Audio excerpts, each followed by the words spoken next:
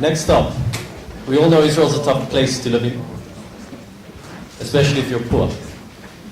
And so we have Avi Jacobs, Eitan Pinter, Yor Schwab, and Yori Beres,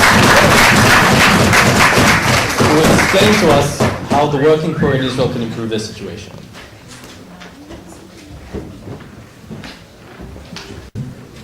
Our research asked the question, how can education be used in order to get the working poor out of the poverty cycle? In order to truly understand the answer to this question, one must first understand the problem. In Israel, over 800,000 people get up in the morning, go to work, and make 2,400 shekels a month or less. Again, think for a moment, how would you provide for your family earning 2,400 shekels a month or less? Our vision is to significantly reduce the working poor phenomenon in Israel. Our weapon of choice is education. Our research thoroughly addresses the market needs in Israel. In order to map those needs, we used empirical data analysis, case studies from Argov, and interviews.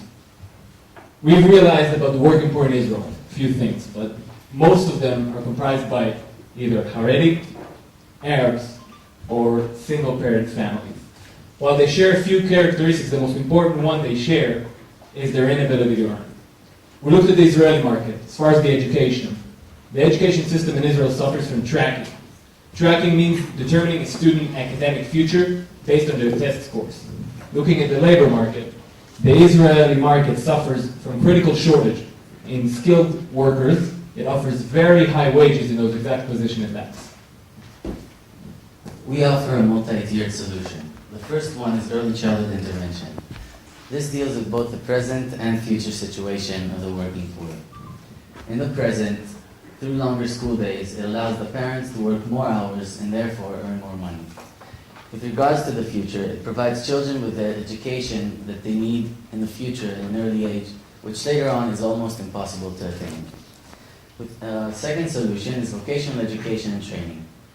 This tool aims to provide young individuals with skills and tools that will provide them with a well-paying job in the Israeli industry. Most of you might know this as professional education. The logic behind the model is that only through education one can truly bring about a sustainable change and extract the working poor out of the poverty cycle. The socioeconomic background of a child limits his or her aspirations. With education, you can bring them the self-confidence they need to dream of a better future and provide them with the tools they need to meet that future. Higher education does mean higher wages, but not everyone is interested nor capable of attaining it. And only 30% have higher degrees. Our first solution is early childhood intervention. Actually, the recent Trachtenberg report supports our solution, and in fact, it allocates a share of resources needed for its implementation. However, our solution comes from a broader, case-oriented, comparative research that has been adapted from a number of models in the United States. The program will take place daily between 7:30 to 5:30 p.m. We split into two different stages. From infants and toddlers until age 2, then ages 3 to 5. Aside from the BA graduates that will be teaching the program, we propose and recommend using the National Service as a platform. The program will qualify and train post-high school graduates from all segments of society to teach the program. Finally, there are two conditions. One, they must meet the criteria of the working poor as proposed earlier by Lior. And secondly, income earners are obligated to hold a full-time job. And those who are holding a part-time job will be given a grace period. So the second part of our solution is vocational education, which deals with several aspects. The first is what we came to realize as the employment paradox.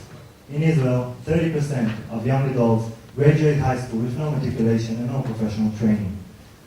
At the same time, the industry suffers from a crucial shortage of professional workers.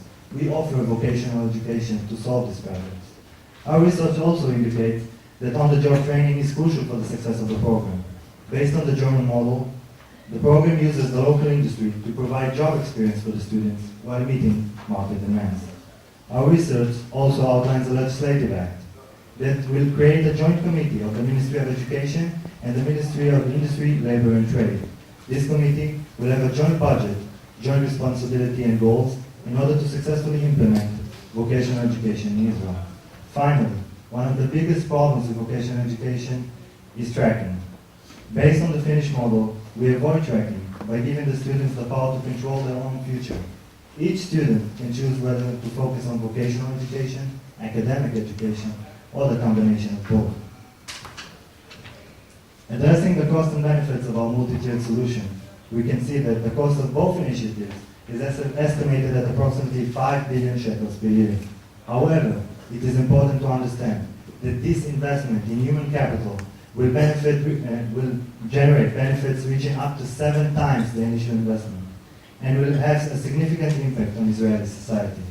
To conclude, we believe that these solutions will significantly reduce the working poor phenomenon in Israel. Thank you very much.